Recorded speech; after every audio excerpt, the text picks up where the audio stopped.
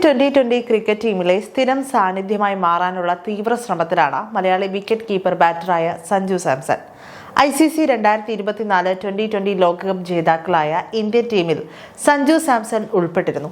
എന്നാൽ പ്ലേയിംഗ് 11-ൽ സഞ്ജു സാംസൺ ഉൾപ്പെട്ടിട്ടില്ല. എന്നാൽ ഇന്ത്യക്കായി അവസാനം കളിച്ച 5 T20 മത്സരങ്ങളിൽ 3 സെഞ്ചുറികൾ നേടിയ സഞ്ജു സാംസണെ പ്ലേയിംഗ് 11-ൽ ഉൾപ്പെടുത്താതിരിക്കാൻ സാധിക്കില്ല എന്ന അവസ്ഥയാണ് ഇപ്പോൾ സെലക്ടർമാർക്ക് മുന്നിലുള്ളത്.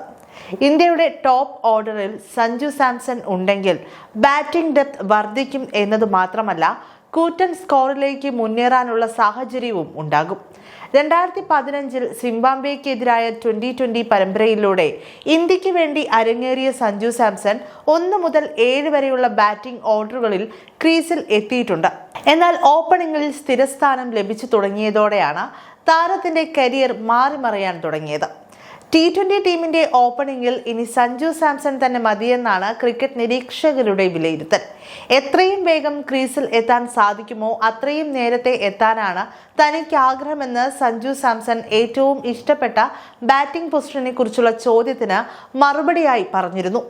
ഇന്ത്യക്ക് ഇപ്പോൾ ലഭിക്കുന്നതിൽ വെച്ച് ഏറ്റവും മികച്ച 2020 ഓപ്പണിംഗ് സഖ്യം ഏതാണെന്ന ചർച്ചയും ഇപ്പോൾ സജീവമായിട്ടുണ്ട്.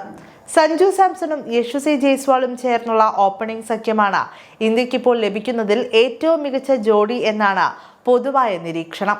ആക്രമണ സ്വഭാവം കൊണ്ടാണ് യശസ്വി ജയ്സ്വാൾ ഓപ്പണിംഗിൽ ഇറങ്ങുന്നത് എന്നത് ഏറ്റവും മികച്ച തീരുമാനമായി കരുതപ്പെടുന്നു. എന്നാൽ സഞ്ജു സാംസൺ ആക്രമണ ബാറ്റിംഗ് മാത്രമല്ല കാഴ്ചവെക്കുന്നത്.